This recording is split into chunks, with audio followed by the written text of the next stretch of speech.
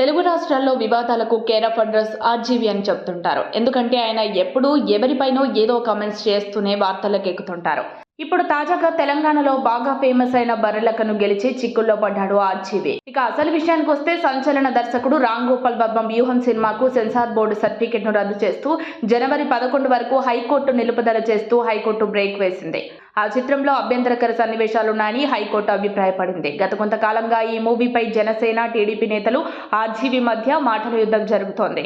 ఈ క్రమంలో జనసేన అధినేత పవన్ కళ్యాణ్ విమర్శించడానికి తెలంగాణ అసెంబ్లీ ఎన్నికల్లో నిరుద్యోగుల తరపున ఇండిపెండెంట్ అభ్యర్థిగా బరిలో నిలిచి మస్తు ఫేమస్ అయిన బర్రెలక్క అలియాస్ కన్నె శిరీష పేరును ఆర్జీవి వాడుకోవడం వివాదంగా మారింది.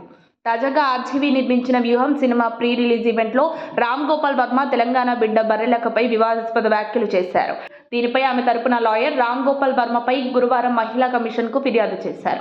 ఈ సందర్భంగా శిరీష తరపు న్యాయవాది మాట్లాడుతూ వ్యూహం సినిమా ప్రీ రిలీజ్ ఈవెంట్ సందర్భంగా ఊరు పేరు లేని ఆవిడ బర్రెలక్కగా చాలా ఫేమస్ అయిపోయింది అని ఆర్జీవి బర్రెలక్కను అవమానకరంగా మాట్లాడినట్లు బర్రెలక్క తరపు న్యాయవాది తెలిపారు.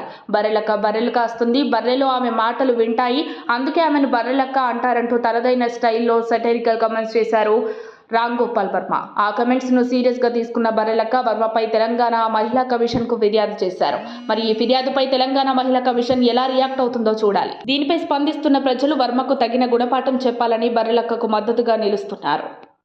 మరిన్ని అప్డేట్స్ కోసం మా కాయ్ టీవీని సబ్స్క్రైబ్ చేసుకోండి. మా వీడియో కనుక మీకు నచ్చినట్లయితే లైక్ చేయండి, షేర్ చేయండి. మీ విలువైన అభిప్రాయాలను కామెంట్ బాక్స్లో తెలియజేయండి.